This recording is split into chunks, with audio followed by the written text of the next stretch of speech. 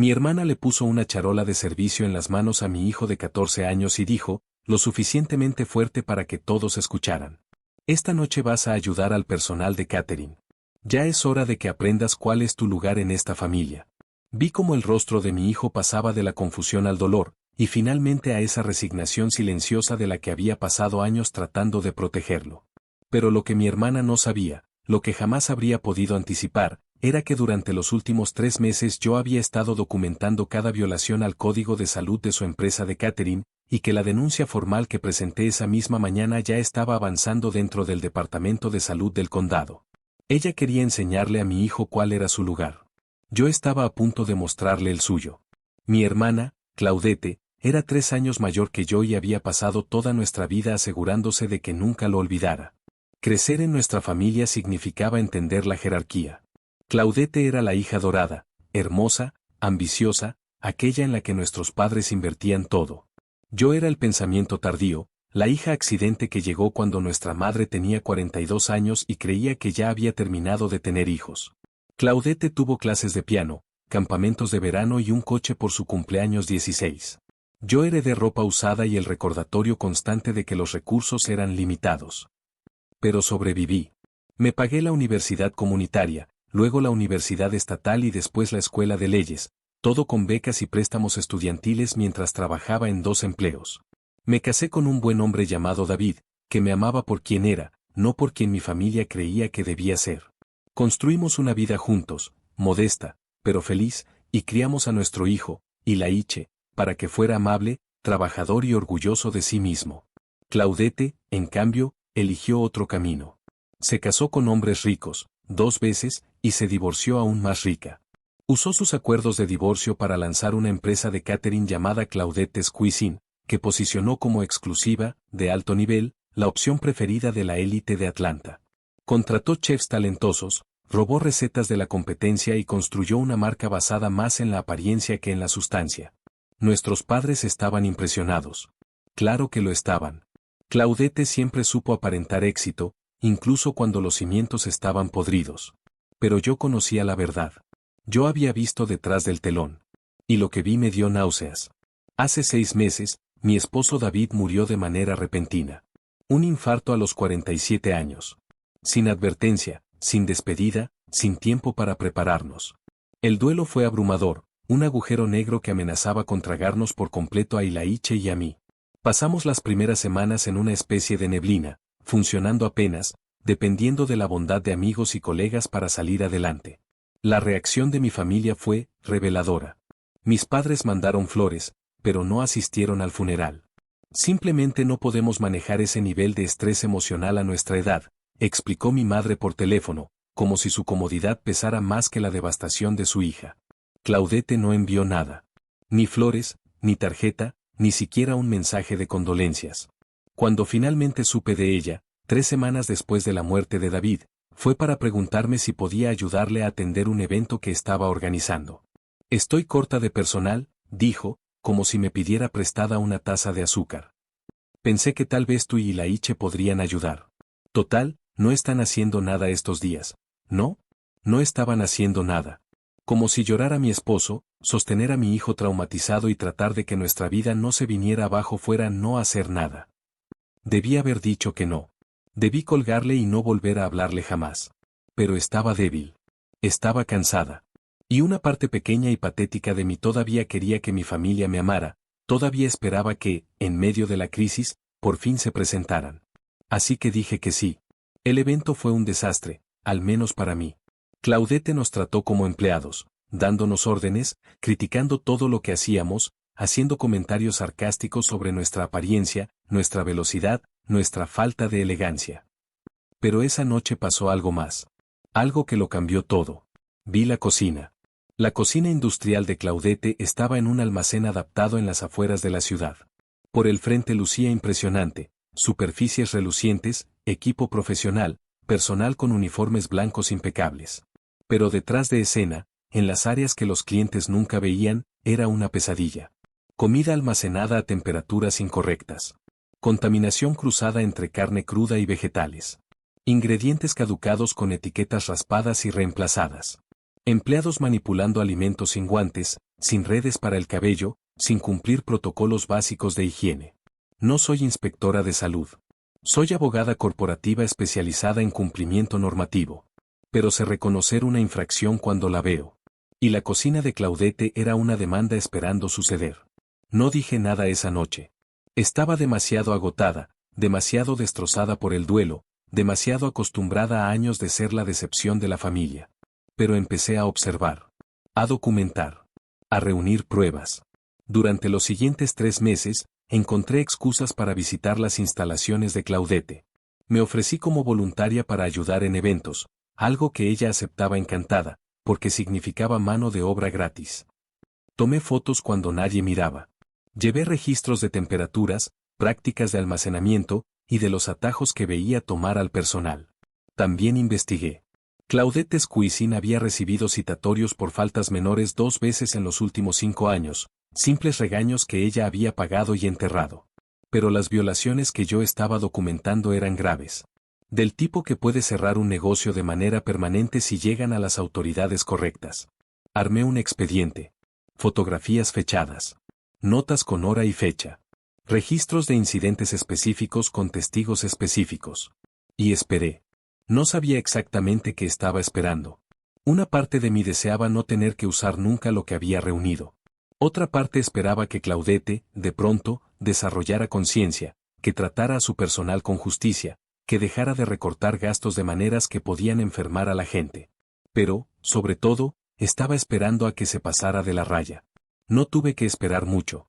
El Summer's Showcase de Claudette era el evento de la temporada, una fiesta en su mansión para celebrar el 5º aniversario de Claudette's Cuisine y atraer nuevos inversionistas para una expansión que estaba planeando. 200 invitados, incluidos algunos de los personajes más influyentes de los mundos gastronómico y empresarial de Atlanta. Yo no estaba invitada. Al menos, no como invitada. Claudette me llamó 3 días antes del evento. Necesito manos extra, dijo. Tú y Laiche pueden ayudar a servir. Le va a servir de experiencia. Debí negarme. Pero para entonces, ya tenía un plan. Ahí estaremos, respondí. La noche de la fiesta, Claudette nos recibió por la entrada de servicio. Se veía espectacular, como siempre, vestido de diseñador, maquillaje perfecto, diamantes brillando en su cuello. Miró a mi hijo hermoso, en duelo, sin padre, con la misma expresión que se le da a un mueble que no combina con la decoración. Y Laiche, vas a servir los aperitivos. Trata de no tirar nada. Y enderézate, estás representando mi marca. Y Laiche asintió en silencio. Ya estaba acostumbrado al desdén de su tía, aunque le dolía cada vez. De hecho, continuó Claudette, girándose para dirigirse al resto del personal que se había reunido cerca. Quiero que todos entiendan algo. Y Laiche está aquí para aprender cuál es su lugar. Lo han consentido toda su vida, y ya es hora de que entienda cómo es el trabajo de verdad. Lo dijo en voz alta. A propósito. Asegurándose de que todos escucharan. Vi cómo los hombros de mi hijo se tensaban. Lo vi tragarse la humillación y aceptar la charola que ella le puso en las manos.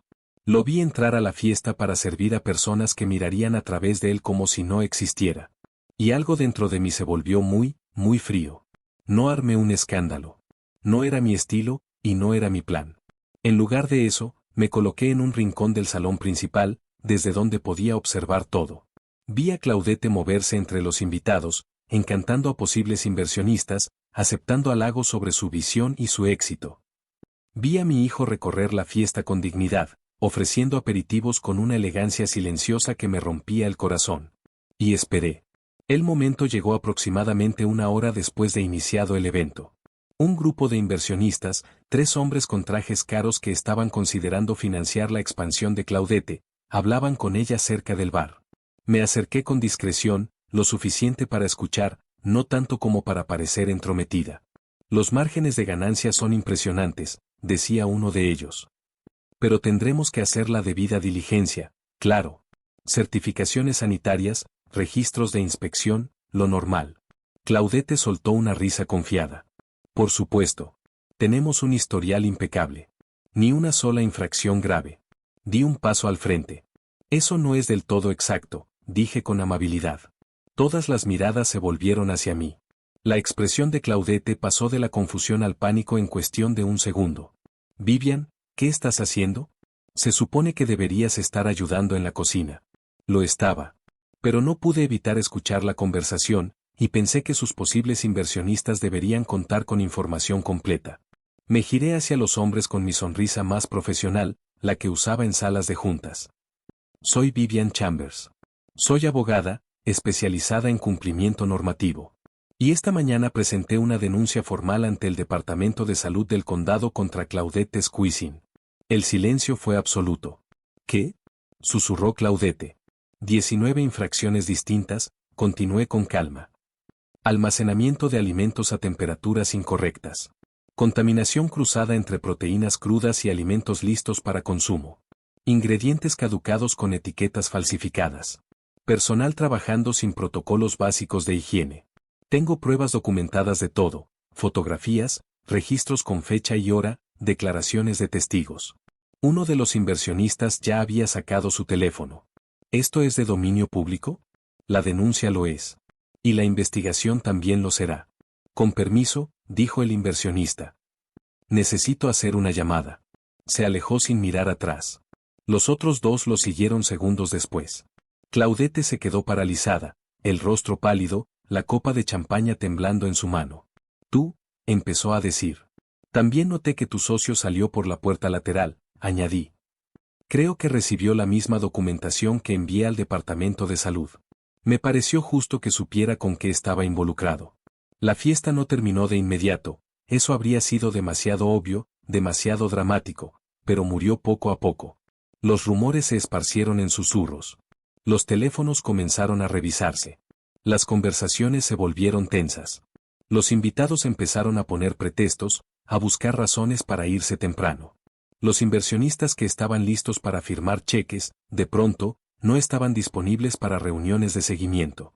Encontré a Ilaiche en la cocina, todavía sosteniendo su charola, con el rostro entre la confusión y la esperanza. «Mamá, ¿qué está pasando? Todos se están yendo». «Lo sé, cariño. Ya es hora de que nosotros también nos vayamos». «¿Hiciste algo?» Miré a mi hijo bueno, paciente, sufrido durante tanto tiempo, que había soportado la crueldad de su tía con más dignidad de la que ella merecía.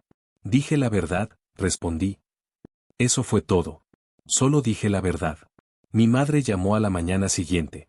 «Claudette está destrozada», dijo, con la voz cargada de reproche. «El Departamento de Salud está investigando. Sus inversionistas se retiraron. Su socio está disolviendo el contrato. La destruiste, Vivian». Aparté el teléfono de mi oído por un momento, reuniendo paciencia. «No, mamá. Yo no la destruí. Ella se destruyó sola. Yo solo presenté las pruebas. Es tu hermana. Es una mujer que humilló públicamente a mi hijo 6 meses después de que perdió a su padre. Es una mujer que dirige un negocio que podía enfermar a la gente, y que lo hizo, según las quejas que encontré durante mi investigación. Es una mujer que me trató como basura durante 40 años mientras tú y papá lo permitían». Silencio. Claudette tomó sus decisiones, continué. Decidió recortar gastos. Decidió poner en riesgo la salud pública. Decidió tratar a mi hijo como a un sirviente. Yo no la obligué a hacer nada de eso.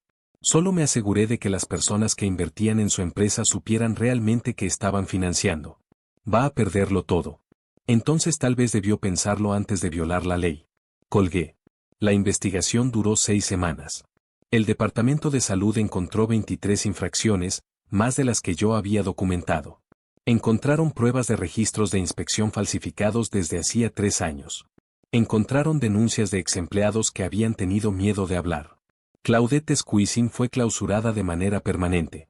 Claudette enfrentó sanciones civiles y una demanda de un cliente que había sufrido intoxicación alimentaria en un evento el año anterior, un incidente que ella había encubierto mediante un acuerdo confidencial y que la investigación sacó a la luz. No fue acusada penalmente, pero su reputación quedó destruida. La mujer que había construido su identidad como la principal empresa de catering de Atlanta se convirtió en una advertencia, un chiste cruel, un ejemplo de lo que ocurre cuando la apariencia pesa más que la sustancia. La vi una vez, unos 2 meses después del cierre. Salía de la oficina de un abogado en el centro, probablemente resolviendo alguno de los muchos problemas legales que dejó su negocio colapsado. Se veía más pequeña, desinflada, como si alguien hubiera dejado escapar el aire de la imagen que había construido con tanto cuidado. Me vio y, por un instante, algo cruzó por su mirada. ¿Odio? ¿Arrepentimiento? ¿Reconocimiento? ¿Estás feliz ahora?, preguntó en voz baja. Pensé en la pregunta. De verdad la pensé. No, respondí con honestidad. Mi esposo sigue muerto. Mi hijo sigue de duelo. Mi familia nos trató como una ocurrencia tardía toda la vida. Nada de eso ha cambiado. Entonces, ¿por qué? ¿Por qué destruirme? Yo no te destruí, Claudette. Tus propias decisiones lo hicieron. Yo solo dejé de protegerte de las consecuencias. Hice una pausa. Le dijiste a mi hijo que tenía que aprender su lugar. Lo humillaste frente a 200 personas, 6 meses después de que perdió a su padre. Querías enseñarle que valía menos que tú, menos que tus invitados, menos que tu personal. Era una broma, dijo débilmente. No fue gracioso. Y no fue una broma. Fue quien realmente eres. Negué con la cabeza. Querías que Ilaiche aprendiera su lugar. Pues aprendió algo, sí. Aprendió que los actos tienen consecuencias. Aprendió que la verdad importa. Aprendió que su madre lo va a proteger, incluso de la familia. Me di la vuelta para irme, luego me detuve. Y tú también aprendiste algo, Claudette. Aprendiste que las personas a las que pisoteas recuerdan. Aprendiste que recortar gastos siempre te alcanza. Y aprendiste que la hermana a la que despreciaste durante 40 años no era tan impotente como creías. Me fui sin mirar atrás. Ha pasado un año. Ilaiche está mejor. Aún extraña a su padre todos los días, yo también, pero el dolor agudo se ha transformado en algo más manejable. Entró a la preparatoria en otoño, se unió al equipo de debate y hace poco me dijo que está pensando en estudiar derecho. Como tú, mamá, me dijo. Para ayudar a la gente a defenderse de los abusivos. Lloré cuando dijo eso. Lágrimas felices, por una vez. Mis padres dejaron de hablarme. Lo esperaba. Ya hice las paces con eso. A veces me pregunto si hice lo correcto. Si debí dejar pasar las infracciones de Claudette, proteger la imagen familiar, ser la persona más grande. Pero luego recuerdo la cara de mi hijo cuando ella le puso esa charola en las manos. La resignación en sus ojos. La aceptación de la humillación por parte de alguien que debió amarlo. No.